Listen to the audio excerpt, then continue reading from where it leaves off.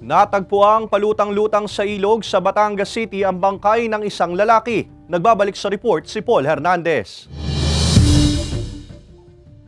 Isang barangay tanod ng Palyokan West sa Batangas City ang nakakita sa bangkay ng isang lalaking palutang-lutang sa ilog ng Kalumpang kaninang umaga. Naka-blue na t-shirt at nakaitim na shorts ang lalaking kinilala sa pangalang Tenten, 19 anyos. Ayon sa pulisya, posibleng nalunod habang naliligo sa ilog ang lalaki. Martes ng gabi huli siyang nakita sa lugar.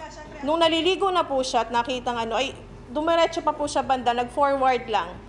Tapos syempre po gabi yon, gabi ng Martes, then binawal nila, hindi na po nila napansin kung umalis na, basta binawal. Yun lang po rule na bawal dyan. Bloated na ang katawan ng bangkay. Hindi pa masabi kung ilang oras na rin nasa ilog ang katawan. Wala naman daw nakitang sugat o galo sa katawan ng ma-retrieve ang katawan ni Tenten. Makikita natin na bloated siya, bagamat may dugo sa ilong, siya po'y malinis. Hindi po siya makikitaan na siya'y naghihirap or anything. Ayon sa tatay ni Tenten, Lunes pa nang huli nilang nakita ang anak. Tanggap na rin daw ng pamilya ang nangyari kay Tenten. Ay, hanggang doon na lang siya talaga. Hindi naman siya pagkakaway.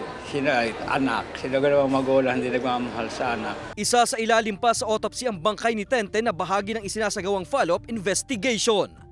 Kasama si Buhay Adante Jr., Paul Hernandez. Balitang Southern Tagalog.